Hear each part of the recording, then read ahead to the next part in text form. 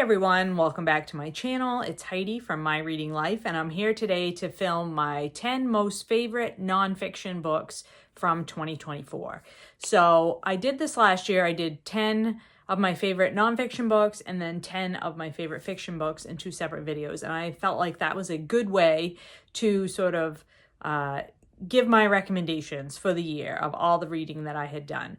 Another interesting thing about 2024 was I read 153 books total for the year, and they were about half and half, fiction and nonfiction. I think the nonfiction was 51% and the fiction was 49%. So like basically half and half, which I think is the first time that it's ever been that evenly divided. So I thought that was pretty interesting. So these books I'm going to talk about, I did not rank them from 10 to 1 or whatever. They're just my 10 most favorite nonfiction books from the year. They weren't necessarily published in 2024, and they're not necessarily what you would call the best book. I'm not ranking them based on necessarily their writing or anything like that. These are just the books that hooked me the most, that I was most engaged in and interested in, and I thought that they were wonderful, each and every one of them. So these are my 10 favorite nonfiction. I'm going to talk about them in the order in which I read them during the year. So chronological order from January to December. So the very first book that I'm going to talk about was a book that I did read in January of 2024, and that's The Comfort of Crows, A Backyard Year by Margaret Renkl. This was the first book that we read for the Book Naturalist Book Club last year, and I just thought that this was delightful. This is set up in a month-by-month description of Margaret Renkl's backyard. So the nature that she observes out her window every day.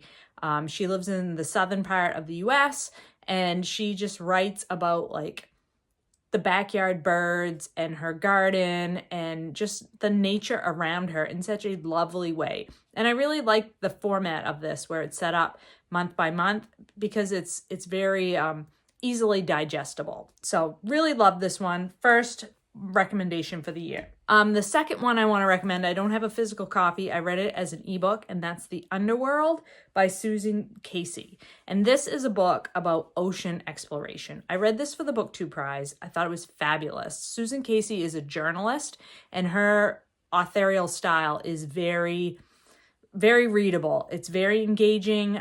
She writes to capture the reader, and I think she does a fabulous job. So she goes through all of the history of oceanic exploration to the deep sea part of the ocean. So the parts of the ocean that humans have the hardest time getting to, that's the science that she's interested in. And she gives us the full background of that and where the technology is today to allow like really deep sea exploration, places where humans have never been before. We're finally starting to be able to get there.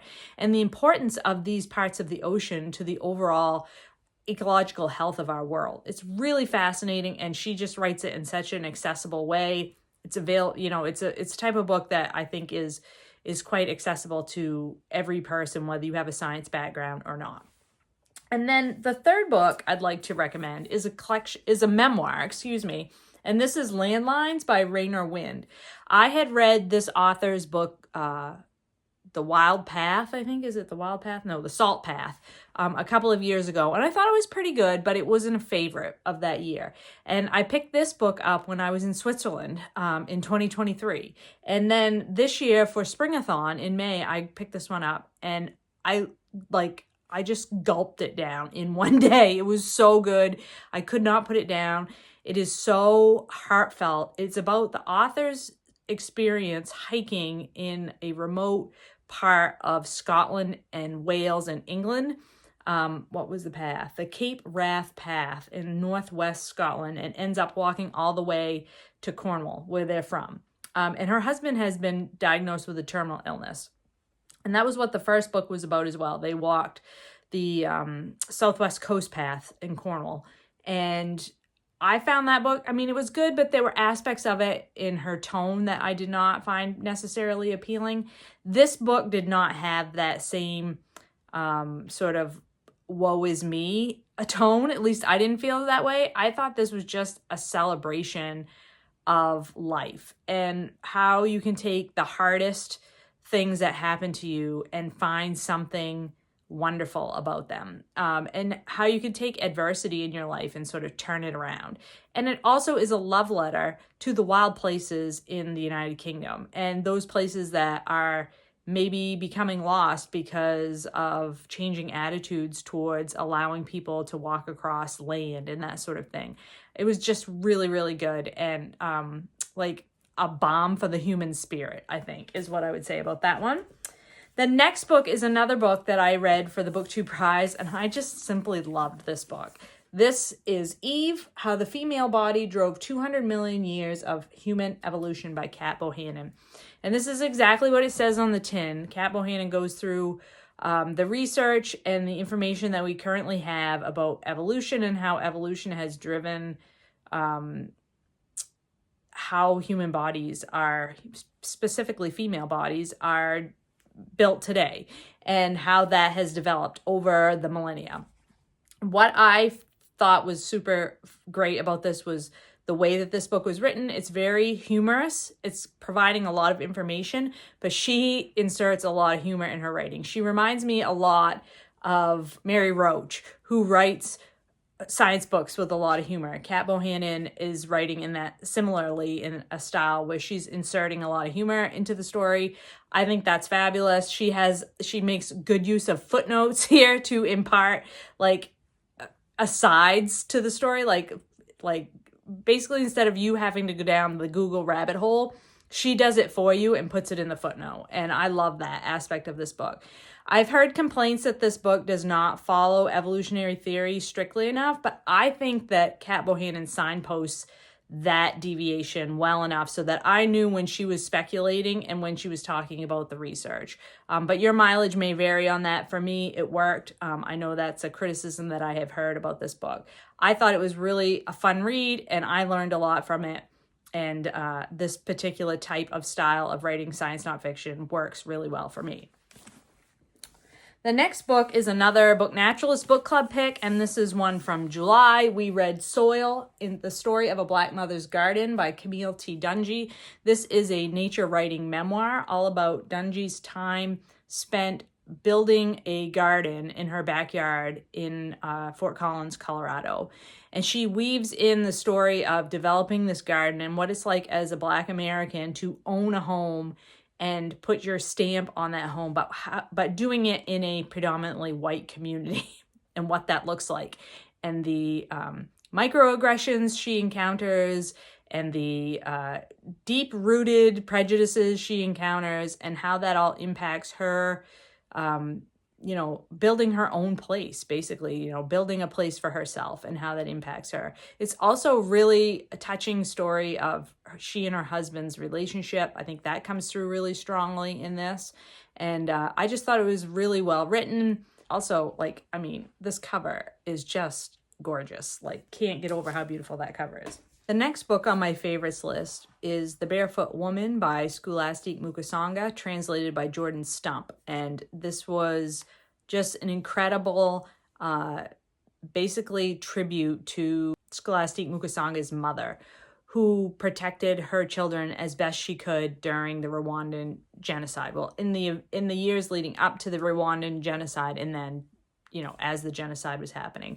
So Mukasonga was born in the 1950s. And so when she was a young child, her family was forced out of Rwanda into a area that was sort of a no man's land. And they had to live there under, close scrutiny. And there was a lot of violence towards them from, her family was Tutsi. And so from the other, I can't think of the name of the other ethnicity off the top of my head, but they were persecuting the Tutsis and forcing them to stay in these areas of no man's land where they couldn't raise their cattle or grow their crops very well and that sort of thing. So there was a lot of hunger and a lot of violence.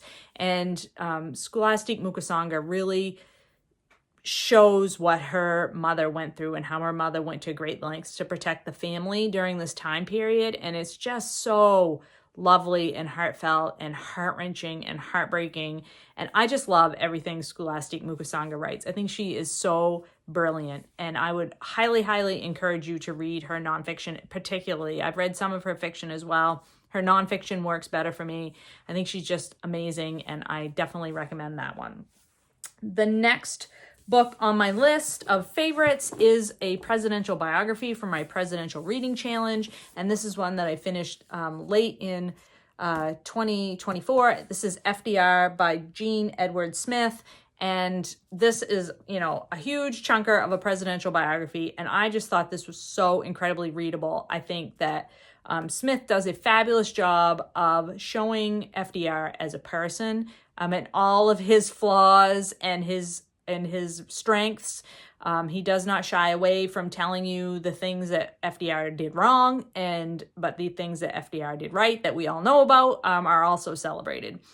He was a very complex person, and I think that Smith does a good job of discussing that without, he doesn't fall into the hero worship, nor does he fall into the vilification. He just is telling you what we know about FDR. And so you're really focused on the person here. You're also focused on the people around FDR, because he definitely had, there were a lot of people that were very important to his political career and his life, who supported him and who were essential to his well-being.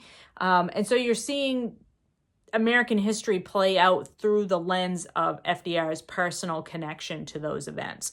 So it doesn't focus on, you get to see things like, the landing in Normandy on D-Day, but you're not there, it's not about telling the specifics of that event. It's more about how did FDR react to that?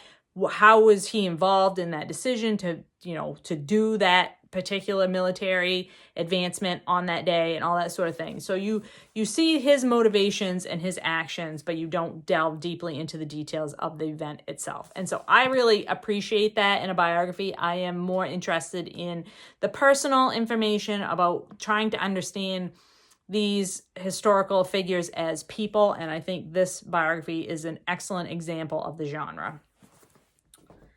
The next book that I want to talk about is Valley of the Bird Tail, An Indian Reserve, A White Town, and the Road to Reconciliation. This was written by Andrew Stobo Snyderman and Douglas Sanderson.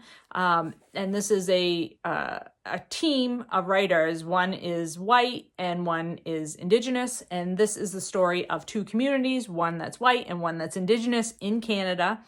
And it tells the story of how these two communities have interacted with each other throughout history, and how in current day there is cause for hopefulness that reconciliation can happen between individuals on the ground who are living in close proximity to one another.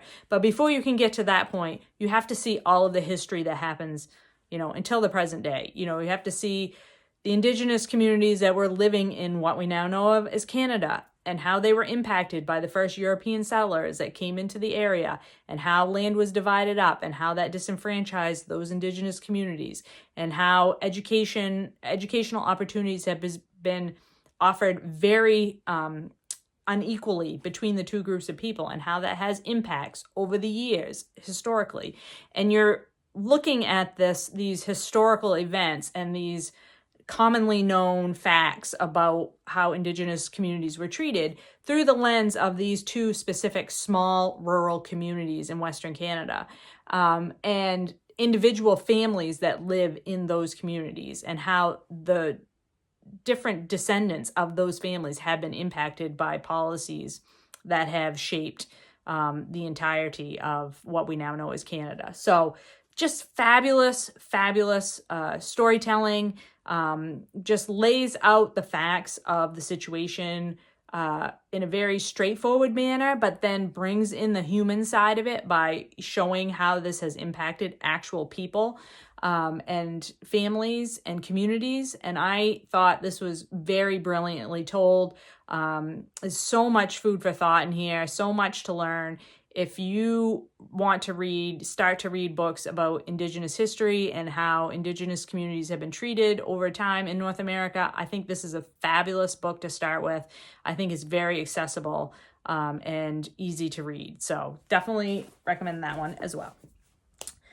My favorite nonfiction reread of the year was Rising by Elizabeth Rush. And I just read this one in November. This is a collection of essays about sea level rise and how sea level rise and climate change are impacting marginalized communities in the United States. It looks at case studies in different parts of the country, from Louisiana in the Bayou, Florida, Maine, Cape Cod, Long Island. So you're seeing communities all around the country and how the sea level rise is impacting people and in ways that you might not always think about. It's not just the water levels rising that are the problem, although that is the problem. But it's like, what does the ocean levels rising mean for clean drinking water? What does it mean for wastewater treatment? What does it mean for people's home values?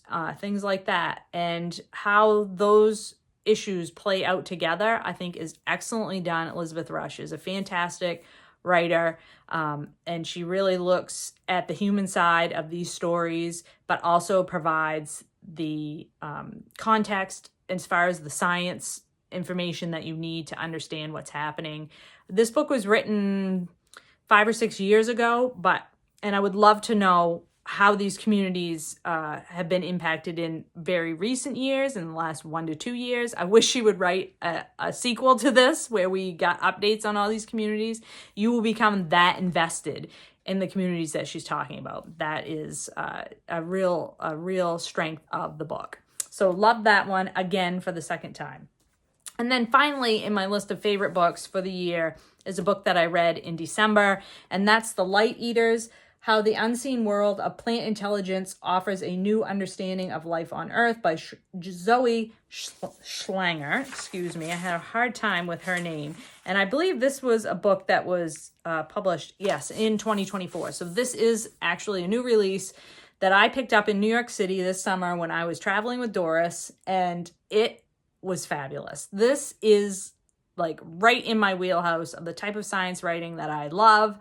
This talks all about the new science, the new research that's being done to understand plant intelligence, how plants communicate, how plants interact in the world. Like, for so long, we humans who see everything through the human lens have looked at plants as these living creatures, but not ones that have any way of interacting with each other or the greater world. And the science that is happening now is dispelling all of those myths. Zoe Schlanger is a writer at The Atlantic, and she's also written in various other national and international publications. And so she has that journalistic style where she can take very complex information and provide it to a general audience in a way that makes it easy for you to understand and digest.